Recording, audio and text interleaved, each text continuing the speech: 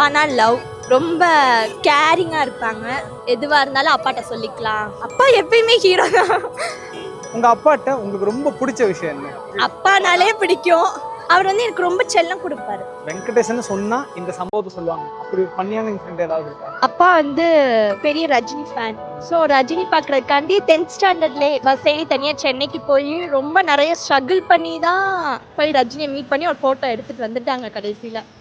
ஆனால் அதை பார்த்தா அது அப்பா மாதிரியே இருக்க மாட்டாங்க. ரொம்ப சின்ன வயசு அது எங்கள் அப்பா மட்டும்தான் செய்ய முடியும். என்ன அடிச்சதில்லை, திட்டினதில்லை. அம்மா கூட என்ன பண்ணுவாங்க, ஆனால் அப்பா எதுவுமே சொல்ல மாட்டாங்க. ரொம்ப பேம்பர் பண்ணியே வளர்த்துட்டாங்க. எனக்கு ஆஃப்டர் மேரேஜ் வந்து அப்பா ரொம்ப மிஸ் பண்ண ஆரம்பிச்சுட்டேன். உங்க அப்பா இவ்வளவு உங்களுக்கு பிடிக்குது இல்ல, இப்போ உங்க அப்பாக்கு கால் பண்ணி சொல்றீங்களா?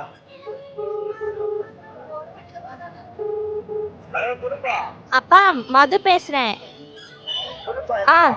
அப்பா லவ் யூப்பா. ஆமா சொன்னது இல்லல. Happy father's டேப்பா.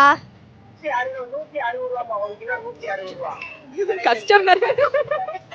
சரிப்பா நான் வச்சிடுறேன். உங்க அப்பாக்கு எங்க சார்பா ஒரு gift கொடுத்துறீங்களா? ஆக்சுவலா நான் எங்க அப்பாக்கு லவ் யூவே சொன்னதே இல்லை. இதான் ஃபர்ஸ்ட் டைம். தேங்க்ஸ். ஆமா மதுமிதா வந்து அவங்க அப்பா வெங்கடேசன் அவர்களுக்கு வந்து ஐ லவ் யூ சொன்னது எங்களால தான். ஆமா ரொம்ப தேங்க்ஸ். நைஸ்.